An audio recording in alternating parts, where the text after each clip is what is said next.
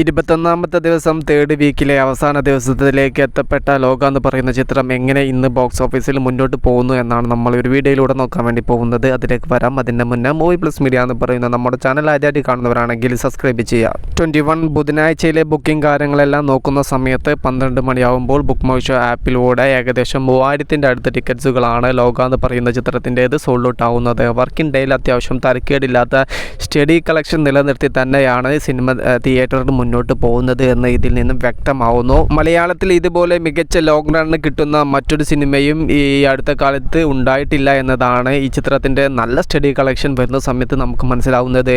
ഇതുപോലെ മലയാളത്തിൽ ഏറ്റവും മികച്ച റണ്ണിങ് കാര്യങ്ങളെല്ലാം കിട്ടിയ മൂവിയായിരുന്നു തുടരും എന്ന് പറയുന്ന ചിത്രത്തിൻ്റെ വെക്കേഷൻ സമയത്താണ് ആ ഒരു സിനിമ തിയേറ്ററിൽ എത്തിയത്.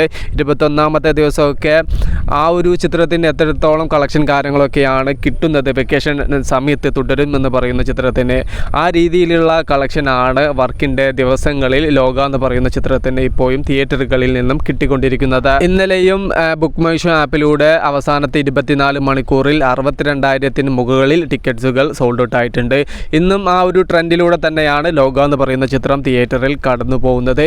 21ാമത്തെ ദിവസം ബുധൻ ടെസ്റ്റും ലോക എന്ന് പറയുന്ന ചിത്രം പാസ്സാവുന്ന കാഴ്ചയാണ് നമുക്ക് കാണാൻ സാധിക്കുന്നത്. കാത്തിരിക്കും ഇതുപോലുള്ള സിനിമാ വാർത്തകൾക്ക് വേണ്ടിയിട്ട് മൂവി പ്ലസ് മീഡിയ. ഞാൻ ചിന്തു ജനാസ്. Okay, by.